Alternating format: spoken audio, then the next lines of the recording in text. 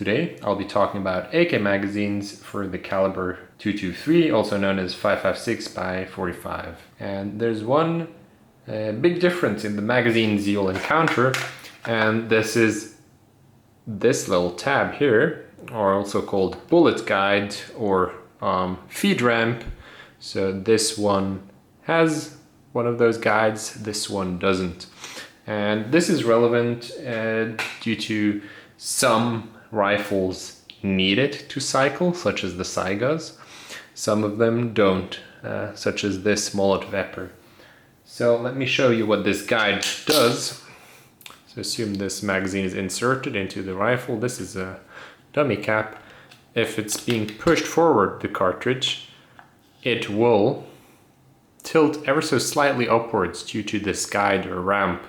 And this is needed for the cartridge being chambered properly. And in comparison, those magazines without, they will sit a bit higher in the receiver, so they're pretty much flush with the chamber. So if they're being pushed out, they will just go straight forward and be fed directly. So now that we know those two differences, let's look at the different options you have when it comes to this caliber and their pros and cons. So these are the factory mags and the ones you will get when you buy the rifle usually, at least in Europe.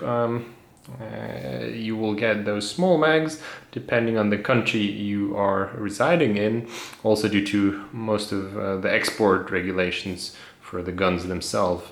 So this is the one for the Saiga, this is the Molotov Epper one, and generally speaking, factory mags are what you will want to look for. Those are the highest quality, they have the best fit and whatnot, but you don't want baby mags, do you? So here I have actual factory mags from Izmash, so Saiga. Please tell me if I butcher the pronunciation. This is a factory mag, a 30 rounder. As you can see, the markings are pretty easy. It says 223. On the other side we have this OTK mark. This one is basically the same one, just the OTK is barely visible with some kind of ink on the top here. So they're virtually the same. I think there's just different iterations of them, and I must say these are my favorite mags for the Saiga. They work the best. Sourcing them can be quite difficult, especially after the recent events in history when it comes to Russia. I just want to point out the nice thing about these mags is that all the relevant parts are reinforced, and they're really tough. So the ramp itself, the lips up here, and the lug in the back, as you can see, are reinforced, so it's not only plastic, and they won't budge at all. So now let's look at the fit. Nice click. As always, there will be some wobble with the AK magazines left and right, but if we look at it like so, back and forth, minimal wobble. So that's a nice fit. I've shot hundreds and thousands of rounds with those original mags, factory mags, and they never let me down, so this is definitely the way to go. Another option that works both for the Saiga and the Molot is the company called PufGun. They also make other magazines for other AKs, but this one is their 5.56, and as you can see, they have it in the flavor Saiga, with a little bullet guide, and without. So they look a bit futuristic. They have this texture, which is nice. You get a better grip than the regular ones, but I guess this is a bit subjective if you actually like how they look. So let's look at the fit in the rifle itself. Nice click. The sidewards wobble, same as the factory mag, maybe a bit more, but when it comes to back and forth, there's virtually none, so it actually fits better than the original mag, which is interesting. Here, one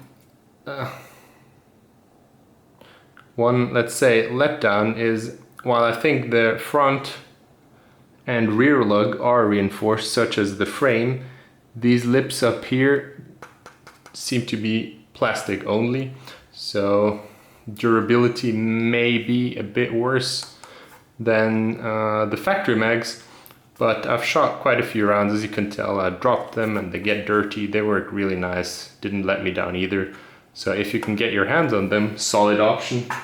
Same for the fit in the mullet, the one without the feed ramp, so wiggle ever so slightly, back and forth. Here, just none, which is really nice to see. Another option that only applies to the Saiga is the one from MTK, and I've reviewed the buttstock adapter of MTK for the Saiga before, so make sure to check that video out.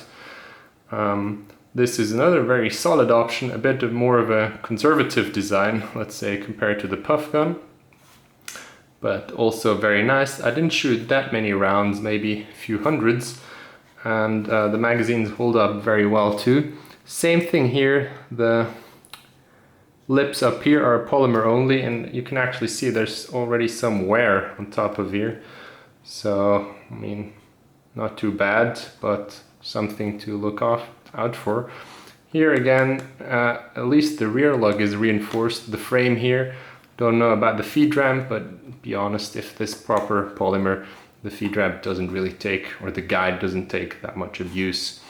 They look nice. Let's check the fit. So, sidewards wiggle. A bit more than the factory, but pretty okay. And back and forth. Pretty good, so yeah, solid alternative. And the good thing about MTK is, at least they're sold out of Italy. I don't know if they're made there, but this means they're readily available and pretty cheap in comparison to the other options I showed before. Another option would be ProMag. This is an American company, and one thing that struck me in the first few seconds I had this in my hands is if I just push on the lips here, you can see them budge. So, I mean, the quality is subpar. It's only polymer. I doubt this is reinforced at all. The follower here actually can see down into the spring, so a lot of dirt will get in there.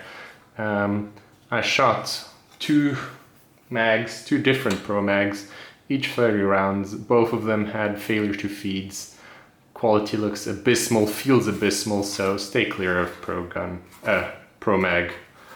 Just don't waste your money. So another option is a bit of an esoteric option, is to check for any listings of any rare exotic AK mags, such as these here. I don't even know to which AK platform they belong to. This one's actually interesting because it has this ridge like the AKM magazines, but it's less curved.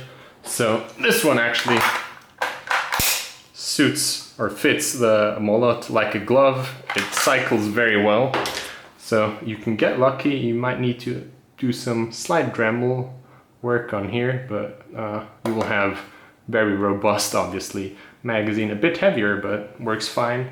You might as well get magazines that require even more dremeling work, but won't cycle reliably, so waste of money in the end. Or you will get some that are just too thick and you won't be able to Dremel or make it even fit because the dimensions are totally off, because they're for a different weapon system.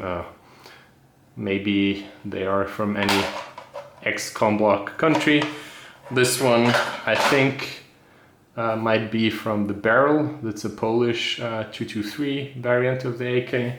So here it's a real hit and miss if you can get something to work.